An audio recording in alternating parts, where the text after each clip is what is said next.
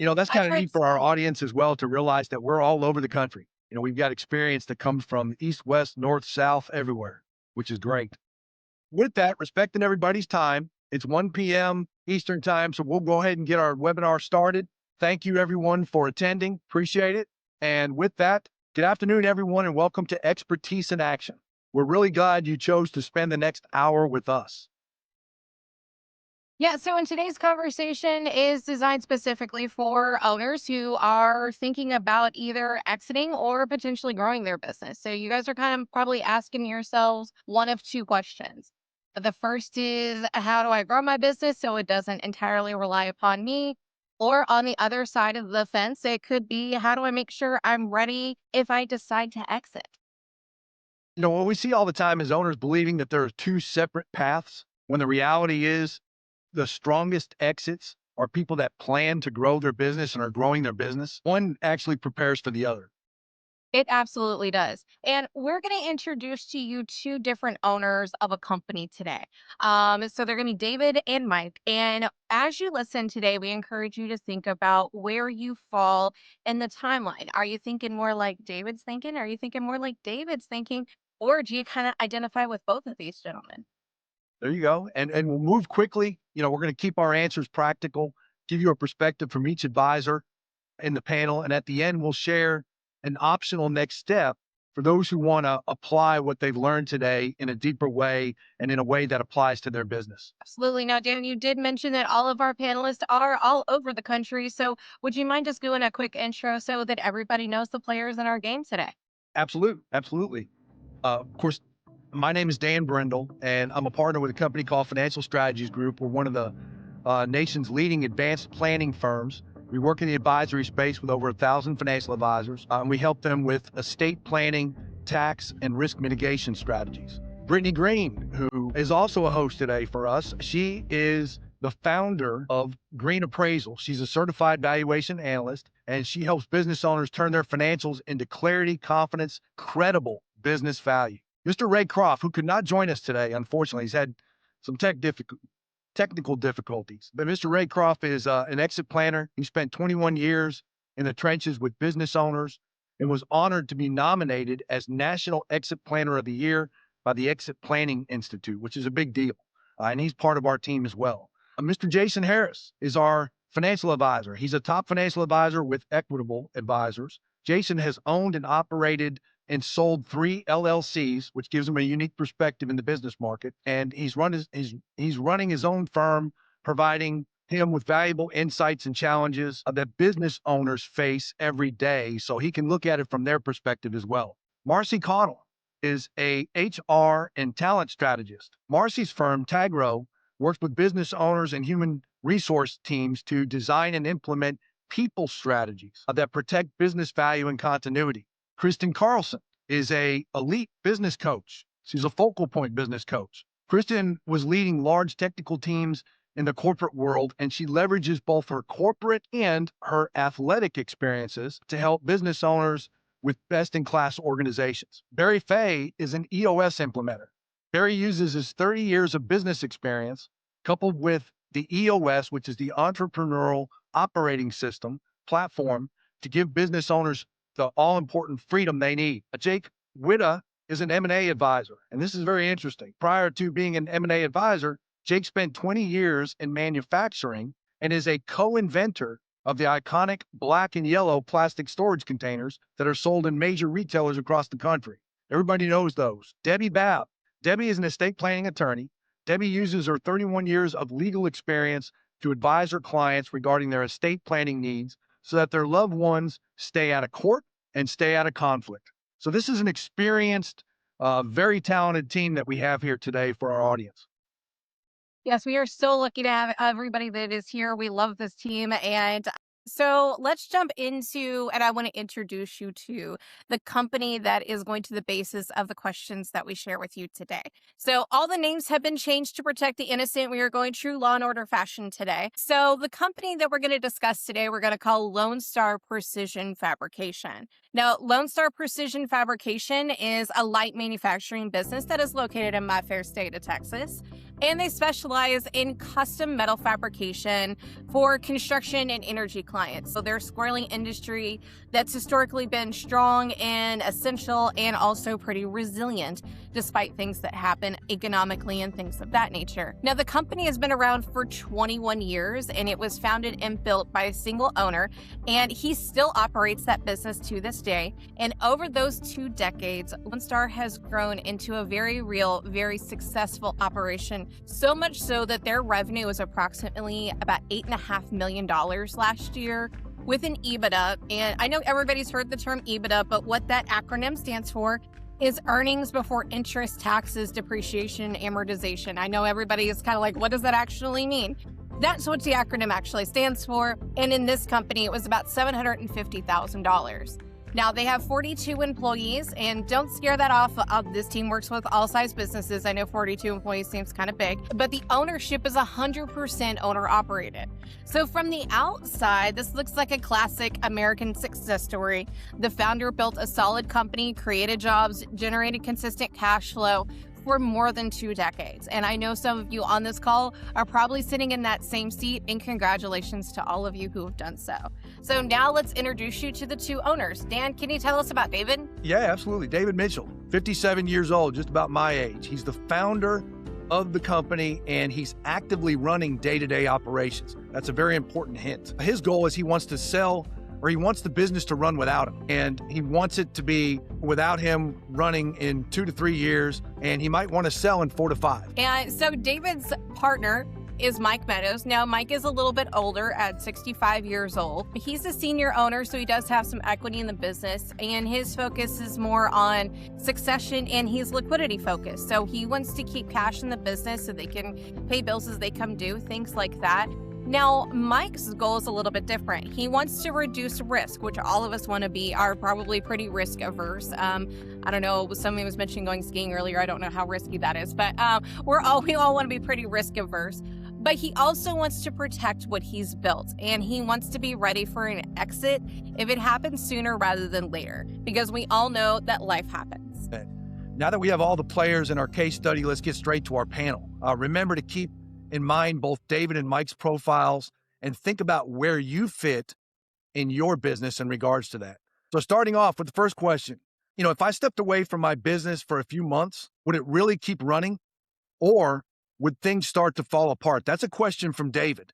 And I'm going to direct that question to Kristen. Kristen, when owners like David step away, what usually breaks first? Well, we really have to investigate what processes, employees, and customers are still dependent on David. So in this case study, the founder still approves major decisions. So has his authority been delegated? Can somebody else make those decisions if he's gone? And there's a high customer concentration. So has the ownership of these customer relationships been delegated, or do the customers work directly with David? So can the payroll happen when he's gone? So there's all these rocks that we need to turn over and look under to see if there's processes built, where is the risk in the business, and kind of fill those gaps so he can step away. It's really interesting, Kristen, that you say turning over the rocks. That was a very visual thing that I think everybody just was like, oh, that's what you got to do. So David's next question was, if I step back tomorrow, where would the business struggle because the right people aren't in the right place? So we're going to direct this question to our people expert, Miss Marcy Cottle. So Marcy, where do the people gaps usually show up first? Yes, thank you. And I love this question because people gaps usually don't show up as chaos right away. They actually show up as drag and broken process. So the first place I see it is in decision making, and alongside with what Kristen said, in Lone Star's case, the founder is still approving pricing, hiring, and major decisions. So that tells me the right people might be in the right seats, but they're not truly empowered and they're not equipped to lead independently. Everything still has to run through the founder. The second place is the leadership layer. So seems like supervisors were promoted for loyalty or tenure and not necessarily for leadership capabilities. So that can create hesitation, second guessing, and a constant need, again, to escalate issues back to the owner. So there's also a third early signal and compensation and retention risk. Key people are often underpaid relative to the market. And no one realizes it because there's no structure in place. There's no review process or incentive strategy. So those people are actually kind of left susceptible to recruiters and other opportunities. So, in my business and here with this group of advisors, we say people gaps show up first as invisible strain or that drag I was talking about, or, not visible failure. So if you want, if you wait for turnover or missed numbers, you're probably already too late. You need to catch it as early on as possible. Well said. People strategy, so important in a business. The next question is from David. As the company has grown, why does it feel more complicated instead of easier? I'm going to direct this question to Barry. Barry, why does growth often bring chaos instead of clarity? Well, when a company is smaller, the owner can have their hands in everything and communicate directly with employees doing the work. As the company grows, though, employees need to be empowered to make decisions. The tribal knowledge in the owner's head needs to be converted into processes that are documented, simplified, and followed by all. And you need to run the company using data, not feelings and emotions. Implementing EOS makes the company better in 3 areas. Vision, which is getting everyone on the same page with where you're going and how you plan to get there. Traction is instilling discipline and accountability. So everywhere you look, people are executing on that vision. And healthy, making the leadership team open, honest, putting the company first, and actually enjoy working together. As the leadership team, so goes the rest of the company. Well said. Well said. The next question. When I look at this business, I see 18 years of hard work. How would a buyer really look at it? That question comes from David. And remember, he wants to kind of step away from the business. He wants the business to start running without him. So I'm going to direct this question to Brittany. Brittany, where do owners' perceptions usually differ from the valuation reality? It's a great question because when owners look at their businesses, they see the blood, the sweat, the tears, the effort, the missed birthdays, the holidays worked, all of those things. And that's what they see. But whenever we look, what the buyers are looking at is they're looking at it completely differently. They're asking the 3 main questions. So how much cash does the business have? Can it reliably generate business? And just how risky is that cash flow? So when perceptions differ around risk, for example, an owner might see strong revenue, but a buyer sees customer concentration, which is kind of one of the things that we see in this case study. 30 to 40% of the customer concentration sits in 2 or 3 customers for this particular company. So the owner sees this as really strong revenue. It's consistent because it's always there. But for a buyer, it can be a concern. So valuation reality isn't about discounting your hard work as a seller. It's about translating that into numbers that a buyer can trust. And the more predictable and diversified the owner independent, much like what Marcy and Kristen have already mentioned of, kind of getting them out of that decision maker seat, then the closer the buyer's view is going to align with the owner's expectations. And whenever those gaps can get closed up and addressed early, that's whenever the valuation starts to get a little bit more real and you get less buyer pushback on that value and that asking price. So now I'm going to actually jump seats. I'm going to go from speaker hat to moderator hat. And we're going to address another question from David. His question is, from your experience, what does a successful transition actually look like for a business owner? So I'm actually going to kick this to Jason. So Jason, when everything goes well and they're starting to look at, hey, I'm finally going to exit, I'm going to be safe, I'm going to be able to go fishing, I'm going to be able to do whatever I want. What does successful transition actually look like for that business owner? That is going to be very individual on the eye of the beholder of the seller. But I can tell you that if you fail to do any proper planning, not around your financials, but around your mental and your day-to-day, that's where the biggest failures come from. Over 90% of business owners regret retiring or selling within the first 12 months if they do not do enough mental and planning out your agenda. Most owners wait till the last minute till they want to sell. They get to that 3, 6, 9 month mark and they're like, you know what? I'm done. I want out. I'm ready to go. I've got my finances in order. I'm ready to step away. But what they fail to realize is that you just worked 40, 50, 60 hours a week. And now you're going to go to zero. That's not going to go well. Not to mention if you have a spouse at home who's not used to having you around all the time, you're going to be sitting around and your spouse is going to say, what are you doing? I don't want you home. I enjoyed my life the way I had it. I'm watching Price is Right. You need to get out of here. So I would say a successful transition for an owner who's really going to thrive in that next step really needs to start looking at their exit as chapter 2 or chapter 3 of their life. They need to do a lot of mental preparation. That can take a couple years. If you're married, you need to involve your spouse in that process. Start journaling what I'm going to do on a day to day. I find that a lot of the owners who really enjoy that next chapter of their life have also found some sort of emotional connection. I have one owner who has a special needs child, got really involved in their special needs organizations, being able to help out, be more of their part of their life. So if I could encourage owners anything, it's really mentally start preparing yourself for that next chapter. I love that. And I love that that owner then went and took those powers for good and put it into nonprofit organizations. So that's an Absolutely. amazing opportunity. So thanks, Jason, for that. The next question. So if you haven't noticed, David's had a lot of our questions. We're going to get some mics soon, I promise. But David's next question is, if I want to sell in 4 to 5 years, which was his goal, what should be happening before the business ever goes to market? So we're going to kick this to our M&A professional, which is Jake. Jake, what happens long before buyers ever see a deal? Like, what's happening in the background? What's those backdoor things that are happening? You know, what is the great and powerful Oz behind the curtain look like? Yeah. So you said it pretty well. Before a buyer ever sees a deal, we are working behind the scenes ahead of time. Because what I often tell my clients is buyers, they don't pay for potential, they pay for what has been proven. So before we ever take the business to market, we're pressure testing that business the same way a buyer will. That can mean tightening the financial reporting, normalizing EBITDA, reducing customer concentration where possible, and most importantly, reducing that owner dependency. And we're also identifying the value gaps early. If the owner, or David in this case, is still approving pricing, managing the customers, holding that key knowledge, that's not necessarily that is not a future problem. That's a current value gap. So the owners who win are the ones who treat this preparation time as a investment window. And every improvement that we can make before we go to market is going to directly increase the leverage for the seller, reduces risk, and will ultimately add value to the company. Good job. Good answer. Good answer. This next question is from David again.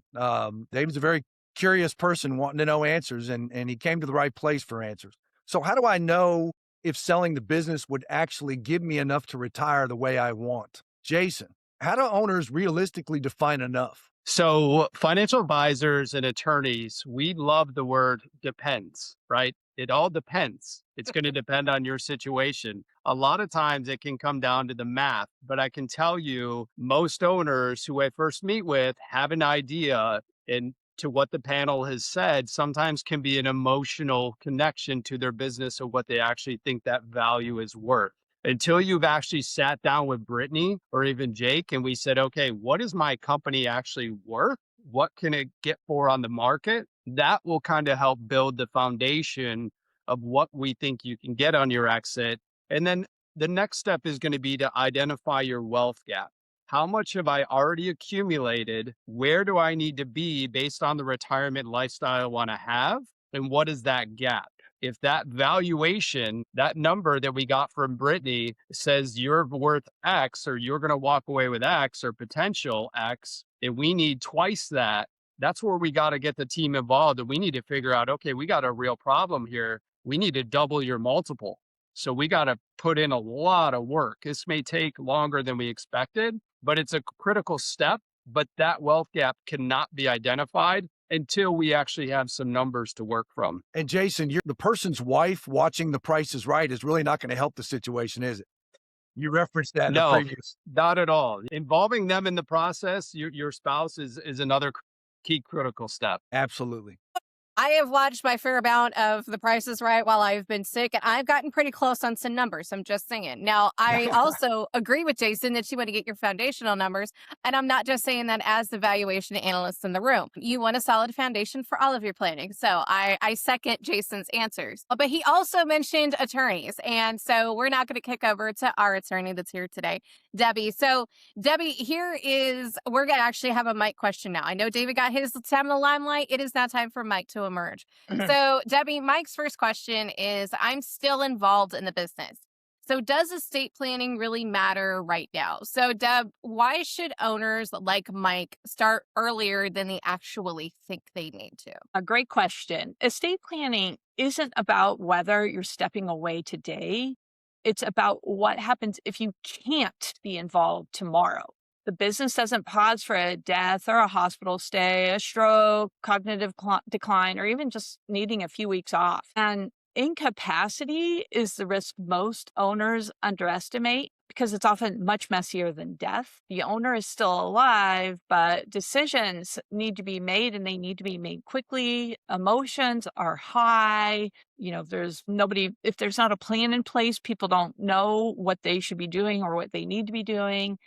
And if the owner can't sign or approve payroll or access accounts or make the key decisions that need to be made, the business gets stuck immediately. So starting earlier on your planning than you think is how you protect your business and the people who depend. I love that. Yeah, Well said. it's what we always tell people, life happens. And that literally exactly what you said, incapacity is not something you can plan for.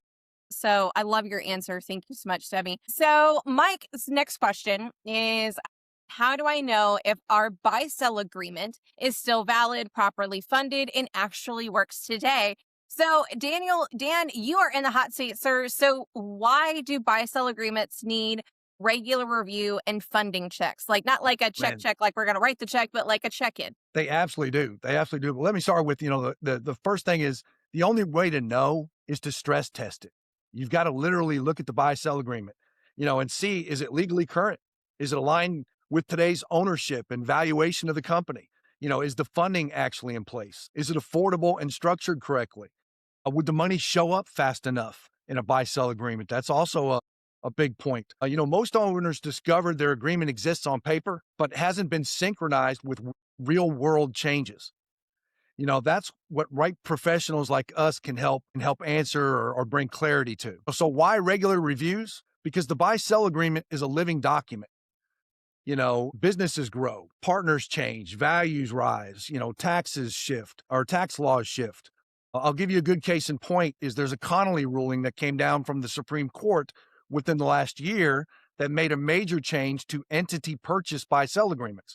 Those are buy-sell agreements where the company is the owner of the buy-sell agreement. In those cases, now they're adding the life insurance death benefit to the estate of the owner who's deceased. So for estate planning purposes, Debbie knows this very, very well. That could have dramatic impact on estate taxes for that deceased owner. So there's all sorts of moving parts here, but it is a living document, and we recommend that it's reviewed probably every 5 years would be a good rule of thumb. But to have it reviewed at any time is actually a good thing. Yeah, that makes a lot of sense because you never know if a credit card went bad and they haven't been processing that, something like that. Something as small as a card number can change something in insurance. Absolutely. I'm sure. So awesome. Thank you, Dan. I appreciate your knowledge. You always bring it. So we're going to jump back over to a David question. Why does business still rely so heavily on me, even though I've hired good people? So I think we may all know the answer to this question, but we're going to kick it to Kristen. Kristen, why doesn't owner dependence linger for so long, even after they feel like they've hired good people? Awesome. Thanks, Brittany. And I think I can wrap in the question that's in our chat too to the answer here that Fantastic. Julio. Thank you. Yeah, Julio put in there. He said, how do you deal with a founder that doesn't realize the need to document and delegate? So Marcy and I both talked about it, but owners can trash their own deals because they just don't get it. So that's definitely a challenge with that owner dependency. And how do we work on that mindset of looking at the business from a buyer perspective with the seller, right? So we really want to have this continuous process of trusting the team, empowering them, educating them, delegating, putting that leadership team in place, and really working with the owner on changing that mindset. How can we really prepare this business, look at it from a buyer perspective, make it attractive to buyers, and de-risk it so that buyer is excited for it? And that's really going to help a final transition happen successfully. That's great. And it's also a multidisciplinary situation in the sense of, you could help a business internally grow the value and become less owner dependent. Someone like Jake can also help the business look at things from the standpoint of the buyer, the owner look at things from the standpoint of what the buyer is going to see, which is a different perspective and a very important perspective for an owner to have. So with that, our next question, this is from David as well. How risky is it that so much knowledge and decision making still runs through me? This kind of piggybacks on the last question. So Marcy, how do buyers and successors view what kind of people risk? In short, vary. So from a people and buyer perspective, this is one of the biggest value risks in the business. Knowledge, relationships, the decisions live primarily in the founders' heads. So buyers don't see loyalty. They see key person dependency, and they assume that the business won't perform the same once that owner steps away. Like that's a major concern. So even if the owner plans to stay on temporarily, they still see that as a huge risk. In Lone Star's case, tribal knowledge, if nothing's documented, leadership accountability isn't clear, and the bench isn't tested without the founder being involved. So again, that increases perceived risk, which directly affects that deal structure. Again, this is, buyers assume that knowledge walks out the door with you. So the risk is incredibly high. So to put the right process in place to start getting that IP knowledge documented and put those processes down on paper, build those into your systems so that those things can be trickled down. Well said. Well said. The next question is from Mike. Remember, Mike is more ready to exit the business. So he's asking, right up against rounding third base, heading for home plate. He's saying a handful of customers make up a big chunk of revenue. How risky is that from a value standpoint? Brittany, how does customer concentration affect valuation? You know what? It really, as I mentioned this before, some owners don't realize that this is a risk. They see it as a success or as a dependence. But for me, it's not only a valuation question, but it's also a funding question, like with the SBA. So from a valuation standpoint, it impacts how much confidence we can have in the future projection of the business. Because even if we lose one of those three major contracts or two of those three major contracts, this could potentially go downhill. I actually had a valuation last year where that exact thing. They were very heavy in doing construction cleaning, and those contracts, they ended, and there was no contracts to replace them. So the projections of the business moving forward, and this is similar to something that Jake had mentioned earlier, is that, okay, future projections are great, but how successful are they? Can we plan on that? Has the company been stress tested? In that particular instance, it kind of failed the stress test because it hadn't replaced those contracts. I will also say on contracts, like things like that, have somebody like Debbie or some kind of transaction attorney review those contracts to make sure they can transfer to a buyer.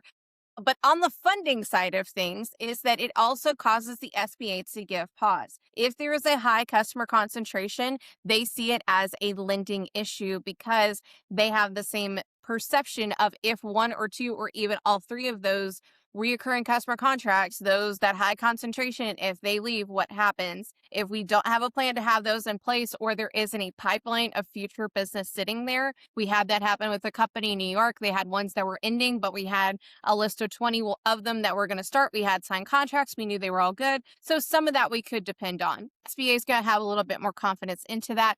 I'm going to have more confidence in that as a evaluator.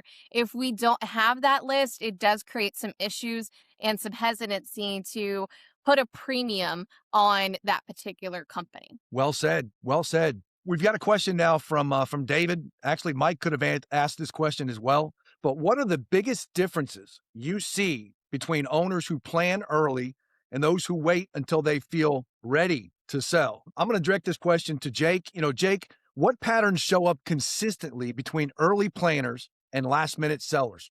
Yeah, the difference between the two really is it's night and day. There's really no comparison. The chances of you selling your business when you're prepared goes up exponentially versus a seller who's not prepared. There's a saying in our industry that, time kills all deals. So if we got a prepared business and we go through a process, that process is going to go a lot smoother, a lot faster, and the deal has a higher success rate of getting done.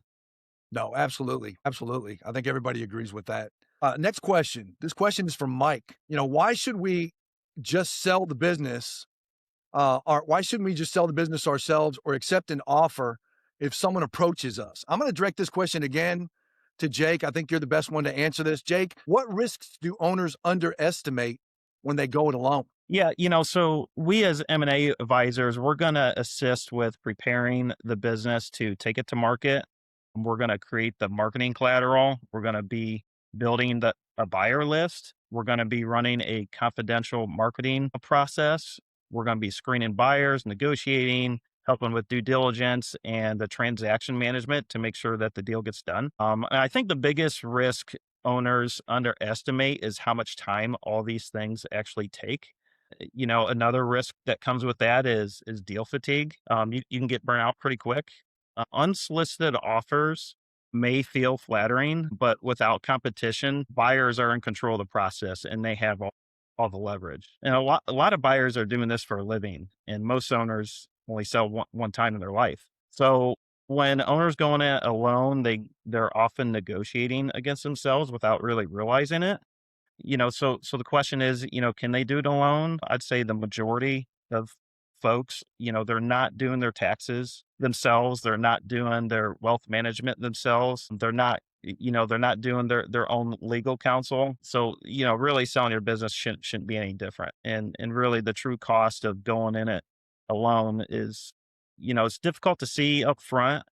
And unfortunately, it often shows up what's left on the table and not what you're necessarily paying for good advice. I love that answer, Jake, and I love the fact that you brought up unsolicited offers. If I had a quarter every time I had an owner call me and say, hey, somebody just asked me how much the check needs to say, I could probably retire at this point. So I love that you touched on that for these guys as well. Because even if you get that phone call, please turn to your professionals. That does not mean you do that by yourself either. I love Jake's answer on both of those questions. So Mike's question is, if I sold my ownership interest today, how much would really go to taxes? So I'm going to point this to Jason. So Jason, where do owners typically get blindsided, like we saw happening in some of the playoff games this weekend? How do they get blindsided by taxes? Each owner is going to have their own special situation, depending on the state you live in, the city you live in. But one of the biggest blind sides they're not prepared for is if they've accelerated depreciation. Most don't realize that there may be a clawback situation if you're taking advantage of the current tax laws and accelerating all your depreciation. Most are aware that there's going to be some sort of capital gains. There are strategies to help mitigate that. If you use proper planning and proper teams like you're seeing in the panel. The other thing they're not considering a lot of times is their state or local taxes. Those can also be a big impact if they're not thinking about where is my business actually located. And then the last one is going to be estate taxes. Let's say you do go through the whole process, you do sell it, and then you pass away within a month. Now it's become all of that gain that you've taken is now become an estate issue. So it does take a team of people and professionals to properly take a look at your situation, take a look at what you're trying to accomplish. And the same thing Jake has said, the more planning we do in the front end before we actually get the ink dried on the paper, the better off you'll be on the back side of it when it comes to the tax situation. 100%. And owners hate paying taxes. They do. Honestly, the good news is that all of those taxes can be greatly mitigated or even eliminated. It's just all boils down to exactly what Jason said, the pre-planning. Talk to professionals first. With that, speaking of a professional, this is coming from Mike. Mike's the older of the two owners, and he wants to know, when is the right time for someone my age, he's 67, to start seriously estate planning? Debbie, how does timing affect outcomes in this regard? Well, we've just been hearing this, right, from Jake and Jason, but now let's bring it into the estate planning context. The right time to plan is before you need your estate planning done. At 67, you may feel healthy and fully involved, and that's exactly why now is a great time to do your serious planning. Timing affects the outcomes because when you plan early, you have choices. You have so many more options, and you can structure things thoughtfully and privately, and you can pick the right people to help you make those decisions and come up with the structure. And then you also get to pick the right people to help if something changes. But when people wait, estate planning happens during a crisis usually, and crisis planning is very, very different. Decisions get rushed, emotions are running high, and you're often forced into quick decisions with limited information. So planning early gives you control. Waiting takes that control away. I love that. Yeah. Something my dad, and he's my partner in business and all of those other things. He always told me something along the lines of, when you're making a major decision, is would you make this decision if all the factors that are happening right now, would you still make this same decision 6 months from now? So, you sometimes have to kind of remove some of those extras. And like you said, if you're doing it now while everything is sunshine and rainbows and we're all lucky charms, we're fantastic. We don't have to be concerned with having to make major life decisions when it feels maybe more like, Cocoa Krispies. I don't know where I was going with this analogy. I'm sorry. So I started off with tricks and I ended up someplace else. So, but let's just abandon my cereal analogies and kick over to another Mike related question. And this is going to be for Dan. So Dan, Mike's question, and again, like you mentioned, he's, our older one of the two owners. So if something happened to me tomorrow, which we were just talking about pre-planning with Debbie, would the business and my family really be protected? So Dan, what risks show up when planning is incomplete? Ooh, that's a great way you put it, Brittany, because his question is, what would his family be protected if something happened? I really don't know enough about Mike to tell you that. And I know it looks like it, but I don't have a crystal ball here. We rub it for good luck. Yeah, there you go. There you go. So, what kinds of problems can lack of planning cause? You can have cash flow gaps. You can have delayed family income. You can have forced borrowing, or God forbid, a fire sale, decisions that need to be made, ownership disputes, unnecessary taxes. Everything's on the board that can happen if you don't look at it first, look at your situation specifically, and see what applies to you as the major risks. This would depend on the business's size. It would depend on where it's located. It would depend on how the health of the owners, for example. So there's so many different factors that come into this that need to be looked at. But the key is, and this is kind of a theme that's developed over the course of what everybody's answering here, and that is, the key is to learn more about what your solutions, choices, and opportunities are, and then having a professional look under the hood and help you determine what applies to you, and what choices you might have that could help mitigate against certain risks that you might not even be aware of. So it's very important that you're aware of how everything applies to you, and then you'll be in a better position to make the right decisions to protect yourself. Love it. All right. So with that, the next question is, and this comes from David, if my goal is to step back in 2 to 3 years, which he stated was his goal, what should I focus on first? Kristen, what is the first shift owners need to make? Right. You definitely want to focus on getting clarity about them and their business. So we want to just explore, where they are as a leader, assess their team, and analyze their vision, mission, purpose, and their core values, because these are really foundational to build the rest of the business on. And starting early allows them to really design what kind of transition they'd like versus getting pressured into compromising and taking something they're just not happy with. I love that. I love you said it was clarity, because that's almost it's pretty much our theme of the entire day today. So I love that. Thank you, Kristen. So David's question is, or his next question: at what point does a founder-led, hustle-driven culture start limiting growth or exit options? Exit options. So Marcy, I got to tell you, hustle culture, it doesn't matter what social media platform you're on. Everybody's talking about the hustle. We're doing this, we're doing that. So when does hustle stop scaling? See it all the time. And I know founders love that hustle, and some feed off of it and thrive in that environment. And early on, hustle works, but hustle stops scaling when effort replaces structure. So everyone, is wearing multiple hats. Decisions are fast. The founder's energy, drives results. But in a company like Lone Star, there are 40 plus employees.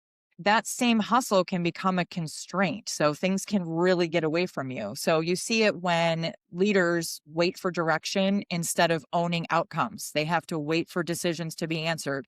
When process lives in, just the founders' heads instead of in the systems, And then the founder, again, we've mentioned this multiple times, has to stay involved in everything, just to be safe, so to speak. That really slows down your progress. So, and maybe a better way to think about it is if you can't take a real vacation without your phone blowing up, hustle has officially stopped scaling. Love that.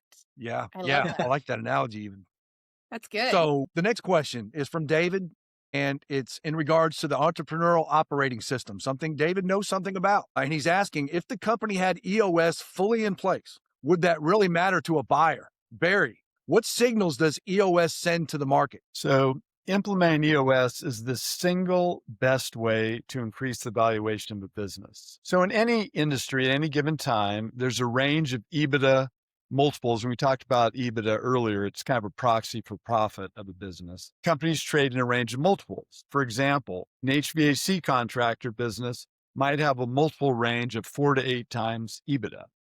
The way you move up to a higher multiple is having your intangible capitals of human, customer, social, and structural be strong, which reduces buyer risk and makes the business much more transferable. So EOS wasn't designed with exit planning in mind, but improves all 4 of those critical intangible capitals. For example, EOS greatly reduces owner dependence, which is a huge problem with many potential exits. It leads to engaged and empowered employees, which any buyer desires. It has the company running on data. It has the key processes documented, amplified, and followed by all, etc., which any potential buyer really values. In addition to having the company be run better, which any buyer can see, EOS is like the Apple business operating system. So there's a little bit of a halo effect that the buyer's going to go, oh, this company runs on EOS. It really has everything together. The business is transparent, et cetera. So that's what the market really sees when a business runs. Well said. Well said. Systems, structure, and routine. That's a way to attack almost anything. So EOS is the premier way to bring that to the table for a business, and buyers know that. They really do. So here's a loaded question. This is $1 million question here from Mike. What are the biggest value killers owners don't even realize that are hurting their business? Brittany, here we go. What Sir. surprises owners most during valuation? Their valuation, full stop. Honestly, it is so funny because I'll ask owners when I present results, especially if we're doing a calculation of value. We're not going like full detail, which my firm offers both options. So I'll tell them, be like, hey, Dan, so we're about to go over value. What's your magic number? What's the number that's in your head? What do you think? Some owners honestly say, I'm not sure, because they really just don't have a feel. They just don't have a pulse on it. They're not sure because they haven't, as we have mentioned today, started pre-planning, or they have a magic number. 40% of the time, their value is higher than what they expect. 40% of the time, it is lower than what they expect. And, unfortunately, I have to pop that bubble, right? And I'm here for it, and it's okay. But the biggest surprise is what the number actually is. It honestly feels like more owners kind of what I say ostrich. So they rather like stick their head in the ground and not know as opposed to knowing. But once we know, then we can go in and make those adjustments and discover those things that they need to then go work with Kristen and Marcy and Barry on in the business to get it operationally efficient. So quick story about one. I have a client, we have redone his valuation. This will be year 6 that we have updated his value. So he did start planning early. He gets a gold star on that. But he had given his entire team raises, and Marcy's heard the story. I told her the story. He gave his entire team raises to do retention, which is fantastic. I love that. They love that. But the problem is that he didn't then increase his prices to his clients. And so he ate the additional payroll. Well, that payroll total was $120,000. So he was negative net income, $120,000. So we lost a $3.5 million value in quite literally 1 year. So what are those surprises? Is those operational things that owners do, not realizing that they can tank their value in literally 12 months. So in 2025, I actually had him do a mid-year update and to actually make the adjustments and changes. And okay, how do we walk this back? Not taking payroll away from staff, but what are the other operational things? Where could you leverage? And fortunately, he had started clawing back his value, and I'm really interested to see where he sits today. But the biggest surprises is number 1, their value, but number 2, how making what they seemingly small operational changes can have a huge swing on the value. And like Jason mentioned earlier, It made maybe a whole lot of work to get to where they are. I tell folks all the time, all things are possible, but how much work and how many things you're going to go into it. And that's another surprise that they experience. So, Barry, I have a question for you now.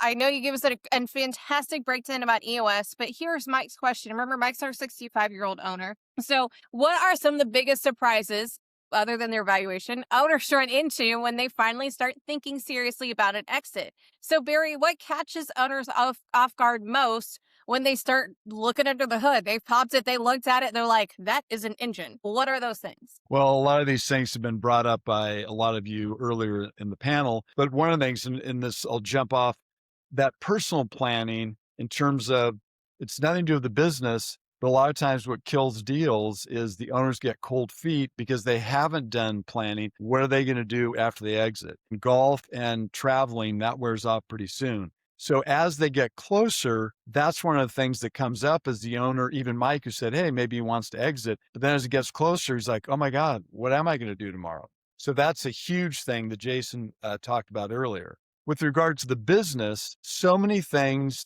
where a business, an owner, and they'll say these things, which is the worst thing an owner can say to a potential buyer. This place would fall apart without me, or I'm the best salesman in the company, just terrible things. They don't realize buyers are looking at the business so much differently than they are. And changing that approach, that's what the owners have a hard time realizing. It's like, yes, I make a lot of money. I put in all this work, all these things. But buyers, they just look at what's the risk? Are these profits? Are they going to continue without the owner? So there's so many things. And that's the biggest thing. You have to look at your business objectively through the eyes of a buyer. And that is so tough for so many owners. That is the biggest shift you have to get them to realize, like, no, that's not a good thing for prospective new owner. So that's the biggest thing, is just looking out for a buyer. What is this business worth to a buyer? And that's, if you can get the owner to start looking at things like that, everything else becomes much easier. 1000% agree with Barry's answer. Every one of these professionals here will tell you pretty much the same thing, is that when you're looking at an exit, you got to think about what is it going to be like if you're sitting on the other side of the table. That's what I tell my clients. I'm going to look at your business like I'm sitting on the reverse side of the table. I'm representing the buyer and I'm doing a deep dive in your business. And that's what I think everybody here has, this very similar approach. And I love that about this team here. So the next question is going to be for Jake. So Jake, Mike's question is, how does creating competition among buyers really change the outcome? So does leverage really matter so much in a sale? Like, do we want to have 16 people with offers, or are we good with just like 2 or 3? Yeah, no, it's a great question. Leverage is essentially everything, and it really only exists when buyers know they're not the only one at the table. You know, when there's only one buyer, the conversation is around price concessions. Compared to when there's multiple buyers, the conversation more shifts around for what's best for the seller. You know, competition doesn't just raise price; it improves the structure of the transaction, which could mean fewer contingencies, cleaner earnouts, better escrow terms, stronger post-close protection for the seller. And for someone like Mike, you know, leverage also gives him options. And this part's really important. This is not financial options. This is, they're going to be able to choose the buyer that aligns with their legacy, their employees, their culture of their business, and their family. So it's not just about the highest number. And the best outcomes don't come from necessarily selling fast. They come from, you know, selling prepared and positioned and in control. So leverage gives you all those things. Love it. Love it. So we have a few questions left for our panel, but I'm going to let everybody who's listening know is that if you have a question, much like what Julio had done earlier, where he put it into the chat, if you guys want to start dropping your questions in the chat, once we get done with the panel questions, we might be able to take maybe one, but we do want to be mindful of everybody's time. So if anybody has questions, go ahead and start dropping those in the chat.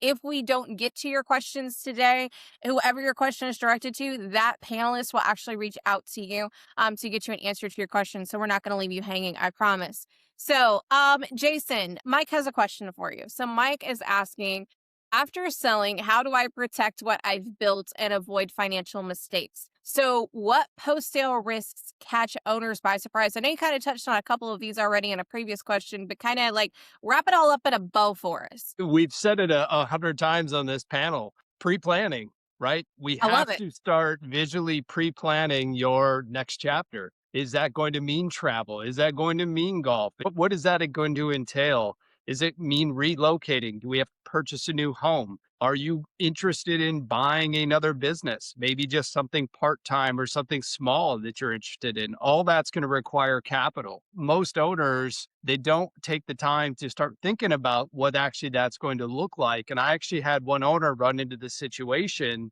where they were like, well, I forgot we were going to sell our vacation home and buy a different one in a different state. And that ended up costing them twice as much as what they expected. But then they also miscalculated their travel expenses. Their kids don't live at home anymore. They're all spread out around the country. And with the cost of inflation and the cost of airlines, ticket prices really took a big chunk out of what they had set aside for their travel budget. So there's a lot of pre-planning that can go in to help overestimate what you think you're going to need in retirement. But again, we have to have a foundation. We have to do some pre-planning. We really have to know what your wealth gap is and really start putting pen to paper and writing that next chapter of your life. Your spouse and you need to be on that same page of what that's going to look like. You may have two completely different ideas. And I'm sure as Jake has seen, another thing that may come up is, well, you're expecting to walk away free and clear once that ink is signed on the paper, but we don't know. Maybe you need to stay on another year, 2, 3, before you can actually walk away. So every situation's gonna look different, but we beat this drum to death. The more pre-planning you can do, the better off you'll be. I like the way, Jason, you took an hour and what's probably going to be an hour and 10-minute webinar and summed it up in about 3 minutes. Great job, man.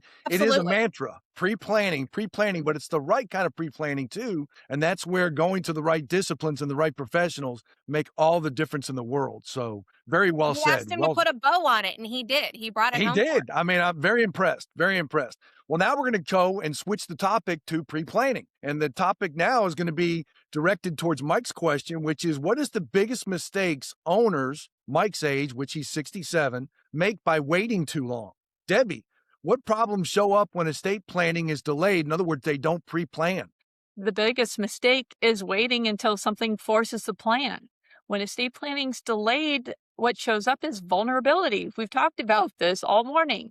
The business becomes a single point of failure because too much depends on one person or two people being available and capable at all times. This affects continuity and it affects growth too. Buyers, lenders, key employees, they all care about stability. And planning is part of building a business that can operate without the owner in the driver's seat every day. And it also impacts exit readiness. A business exit isn't just a transaction, as we've been talking about, it's also a life transition. And if the timeline changes suddenly, you want the right people to be able to sign, decisions to be made smoothly, and most of all, I think we want your family protected. So when planning is delayed, those problems all show up at the worst possible time and leave you with limited options. Well said. And that's before, during, and after the sale of a business. That's a big liquidity event and really takes a good look under the hood from multi directions. Love it. So Dan, it looks this question's coming from both of our owners. This is the first time they actually agreed on a question. And it looks like they got an email wishing something called the 5 Ds. So can you tell them what the 5 Ds are? And also his other question is, how can any of them seriously disrupt the business? So why should every owner, regardless of age, because we have about a 10-year-ish difference between our two owners, plan for those risks? Absolutely. And all the professionals on this webinar and almost any professional that helps owners with value growth or exiting their business properly knows these 5 Ds inside and out. They stand for death, disability, divorce, disagreement, and distress. And they're not age related. They can happen at any time. So the key with it is to have, again, pre-planning, so important with what we do. And also, the statistics are stark. The Exit Planning Institute says that 50% of businesses fail because of unplanned consequences, which really relate to those 5 Ds. So it's very important to know how to mitigate the risk on those 5 Ds and how it applies to your business individually. We're really going to segue into a really good way for all of you on the call and others to learn important things in that regard. I love it. Absolutely. So to be mindful of time, anybody who has submitted questions, we will reach out to you directly to answer those questions. But I want to jump to what Dan was just talking about is the next step. We kind of teased this in the beginning of the webinar as well.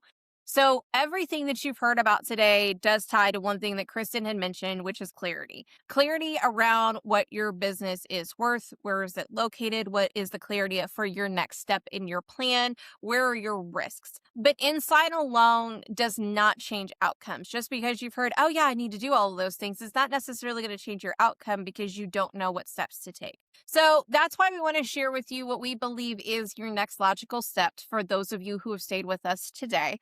And as some of you remember at the top, I said, hey, are you feeling more like David? Are you feeling more like Mike? Or, are you sitting in both of those? So did you have any thoughts of like, hey, you know what? That sounds like my business. That's a question I have. It sounds like something similar to what I'm experiencing. So the Get a Grip series is where owners take what you heard today and then apply it directly to your business. And it's with this same team of professionals. So this fantastic group of individuals that you see here, we team up together to do a 7-week course on helping you get a grip on your business so that you can sell it, whether it is in 2 years, 5 years, 10 years, however long that is. We're here to help you with those steps. Not generic advice. They are guided, practical working series is designed to help you have awareness and give you measurable progress and give you tools and tips and tricks to apply in your own business. So when you leave a session with us, we want you to be able to walk away and say, hey, I can go do this to my business this afternoon. So we want to provide you value. We want to help you with identifying risks. We want to help you see you grow, but we also want you to be exit ready. Dan, remind me, how much do we usually charge for the Get a Grip series for the 7-week? Absolutely. Normally it's $495 per owner, and it's worth every cent of that. It really is. It absolutely is. But because you guys just spent the last hour with us, what this entire team agreed to is to encourage you guys to sign up and to come spend 7 more weeks with all of us. We want to knock $100 off of your registration fee. So that'll bring your 7-week fee down to $395. Now, our next session does begin on February 17th. That is orientation day, and that is on Tuesday. So this group meets on Tuesday, starting on the 17th. That Tuesday plus 6 Tuesdays after that is the length of the session. And so what we would like to do is we're only going to hold this open until February 6th, which is a Friday. So we want to be super clear that this is not evergreen. It's going to stop on the 6th. You actually will have a coupon code. So what I'm actually going to do is I'm going to drop in the chat the link for you guys to click on to register. And then I'm also going to go ahead and give you guys the coupon code to utilize, there we go, whenever you register as well. So you will see all of our smiling faces. It takes you to a landing page, gives you more information about the program. And then should you just be like, oh my gosh, I need to spend another month and a half with these folks, do the registration, use that coupon code that we just dropped into the chat, and we would love to hang out with you more. Absolutely. Well said, Brittany. You don't have to sell your business. You don't have to exit soon. You don't have to make drastic changes tomorrow, but you need clarity and direction. And the Get a Grip series is designed to give you that. It's the safest, smartest way to start taking control of your business value before the market forces the issue for you. And that's not what you want. So pre-planning is the moral of the story. And, I strongly encourage you guys to take advantage of the webinar only pricing. Register by Friday, February 6th. And we really enjoyed putting on this webinar. So I know I speak for the whole team in saying that, but we really appreciate your attendance as well. Thank you, everyone. Have a great day. All right. Thanks, everyone. Thank you.